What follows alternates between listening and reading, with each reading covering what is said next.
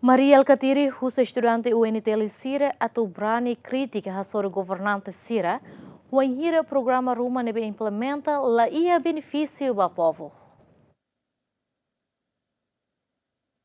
Secretário-Geral Partido Fretilin, Alkatiri, encoraja estudante sira e a Universidade Nacional Timor-Leste a brani crítica hasoru governante sira, wainhira implementa programa balon nebe la los no laiha benefício ba interesse comum. Ex-primeiro-ministro hato questão ne wainhira sai orador principal e a Faculdade de Ciências Sociais UNTL, onde hato palestra ba estudante sira com a reflexão nacional tina lima nulo ba proclamação de independência Timor-Leste. Ao husu da Universidade Nacional de Timor-Leste, sai centro de excelência para desenvolver massa crítica.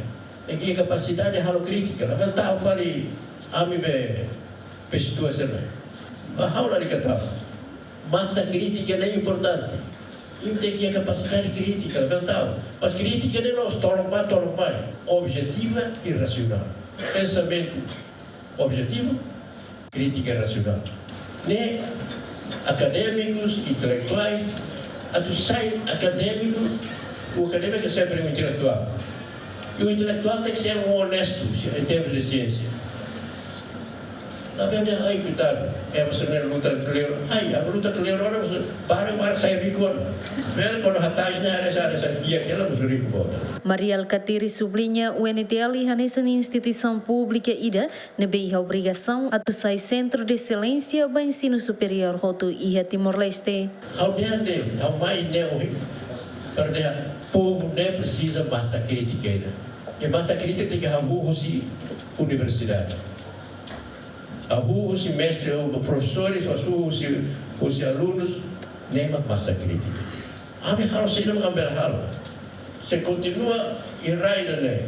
A crítica se não é só Alkatiri uma crítica, então é gente não é gente.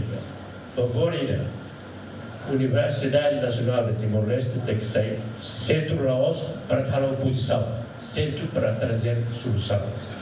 É uma mensagem da Universidade Nacional. Universidade não toda, mas Liu-Idané também é uma universidade pública. E a conferência, né, além de husu estudante sira, atusai emanebe crítico, líder histórico nemos, atoba estudante no docente sira, com aba princípios no valores fundamentais, com aba reflexão tina lima nulo, ba proclamação de independência Timor-Leste, equipa cobertura, GMN.